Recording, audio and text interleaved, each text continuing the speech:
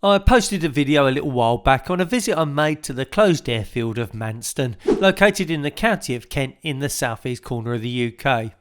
Well, the airfield manager saw that video and he invited me back as the airfield will be open again to visitors for a single day due to a charity fly-in, and he said he would happily give me a tour of the place. I took up his offer, and what a day it was. We visit some of the old wartime disused buildings as well as the derelict terminal building, which turns out to hold some very disturbing secrets. Then, before I leave, I try and see how many times I can take off and land on that massive 2-mile long runway. 3. So stick through to the end and see how I get on. It's a lovely sunny afternoon as I turn final for Manston's massive runway 10. Vince is also visiting today and he landed ahead of me in his sport cruiser Goopy and has already parked up. Copy Charlie Zulu's final from 10, copy the helicopter, or visual with the helicopter. Copy Charlie Zulu, I believe the runway is clear. Charlie Zulu. I touched down and I used all of, 300 metres of the 2,700 metres available, and then I taxi in.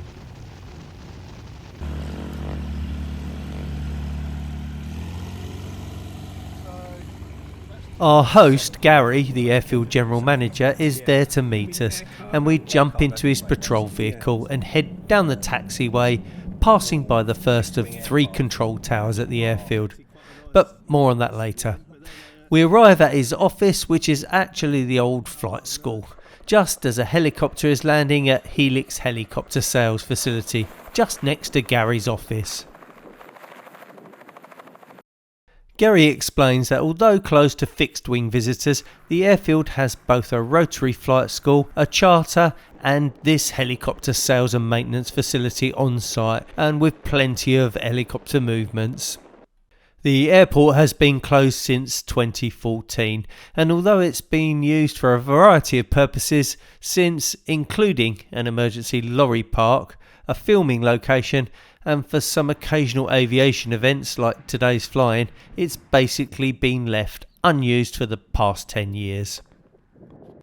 Gary shows us the plans to re-establish the airport as a dedicated air cargo hub, which makes perfect sense with that massive 2,700 metre or 8,850 feet long runway, and being located so near to the continent with direct motorway and rail services into London close by. Gary then takes us on a tour of the airport. We start off with Gary explaining why Manston has 3 separate air traffic control towers. The old RAF Tower, which was built when the airfield had its original main grass runway, orientated roughly around 0523 during the war. A second tower was then built during the 60s on top of the old fire station building in order to cover the main east-west runway, which was not visible from the old RAF Tower. But when that was deemed too low for commercial operations in more recent years, a third temporary tower was built, which is the one there, which remained in use until the airfield's closure in 2014. Gary takes us over to the old RAF Tower, where we get to have a look inside. Although the tower now houses some local business offices, it's still in a typical RAF layout and retains many of the wartime features that were standard throughout RAF control towers from this period. As we climb the stairs, the old Manston airfield designator is visible on the grass at the front of the building. The Mike November letters were there to ensure aircraft could confirm they were at the right airfield from the air. We have to climb the rickety stairs outside to get up into the fishbowl and the viewing platform, where we get to see a unique view of the airfield and the other 2 control towers. Behind us is the old radar platform with the radar dish and equipment now long gone.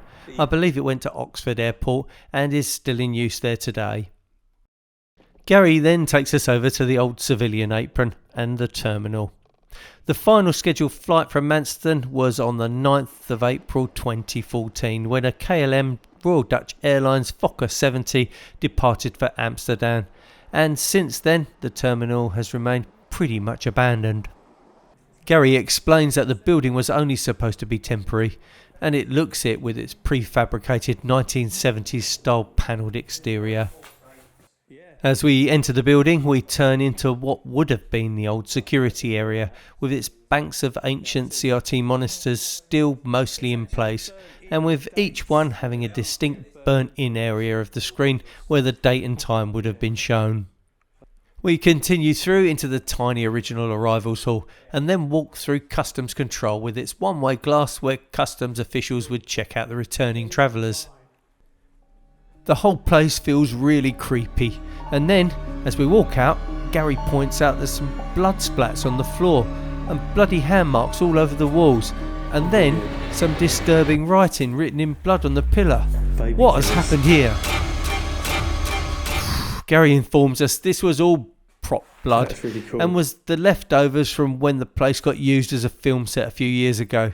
Thank goodness for that. I wasn't bothered at all though, the blood looked really fake anyway.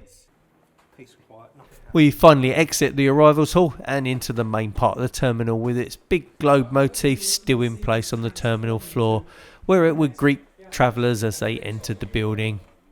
We then follow the route that departing travellers would have made, through the passport control area and into the departures lounge with its long gone duty free shop. During the chaos caused by Brexit and Britain's departure from the European Union, compounded by the COVID pandemic, foreign lorries that came via Dover and Folkestone just a few miles down the road delivering to the UK from the continent had to park up at Manston, which for a time became a huge truck park. Drivers were tested for the virus at the terminal, and any that were ill or showing COVID symptoms were checked in the segregated VIP area, the departure lounge. We leave the terminal building via the tiny baggage handling area and walk back out to Gary's truck on the Apron. Oh.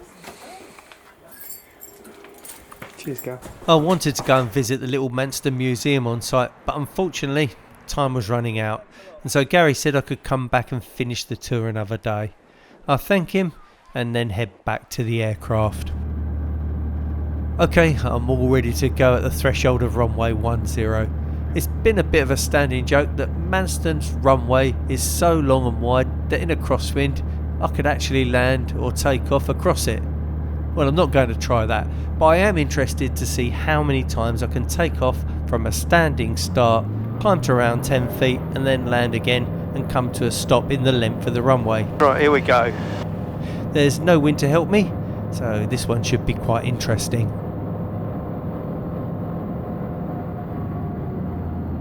It feels like I've gone a little bit too high on this one, and I'll have to adjust my technique on the next one because I feel like I'm floating forever. And not too heavy on the brakes, I don't want the wheels to lock up.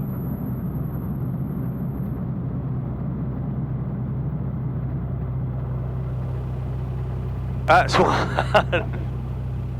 I measured the first takeoff and landing to a full stop distance in Google Earth, and I made it 585 metres or 1,920 feet.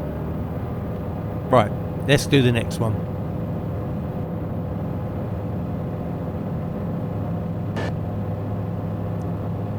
My rotation speed is around 45 knots and I'm airborne at 50 knots, but those wheels and brakes are tiny and they take a while to stop the aircraft once I'm back on the deck again.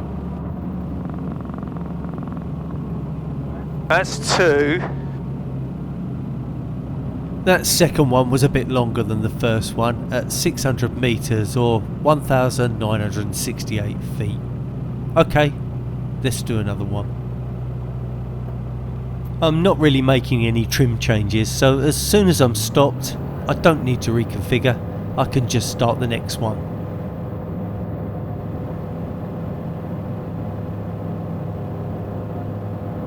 I'm just about halfway down the runway now.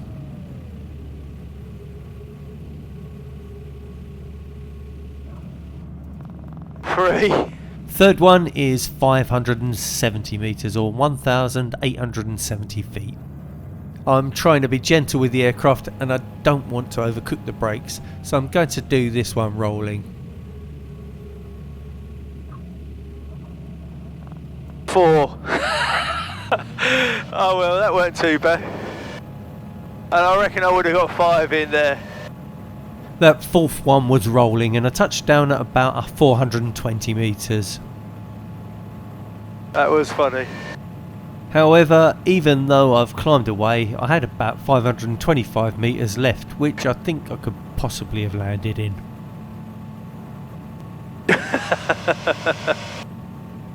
I reckon I would have got 5 in there, but I don't want to be too unsafe. I reckon 5 was about right, and kinda makes sense. 2,700 metres divided by 5 is 540 metres, that's about 250 metres to get in the air, and about 150 metres in the air, and then around 140 metres again to slow down on the ground. Now imagine how many I could do if I had had a decent headwind and was more aggressive with the aircraft. This little thing is truly amazing. In the next video, I head back to Manston to finish the tour, where I get up and personal with a 1950s Mach 2 fighter that had a climb rate of over 13,000 feet per minute, and I get to push the bomb release button on a nuclear bomber. Oh, right. Yep, that's what I mean about the red button. Ah. So she left here live. Is that just it? Yeah. Well, you just push that and it's like World War III. Amazing, isn't it? I told you, everyone wants to press the red button. And where things don't go quite to plan, as I end up stranded on the runway with just 2 hours of daylight left, with a deadline to get home and no way of fixing the aircraft. Okay, you ready? Yeah, go for it. Okay, so feet clear of the pedals.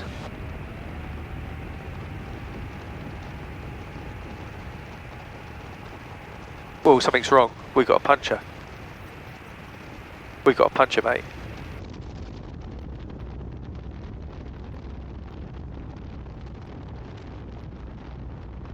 Join me in the next video to find out what happens. Thank you so much for watching. Fly safe and short field out.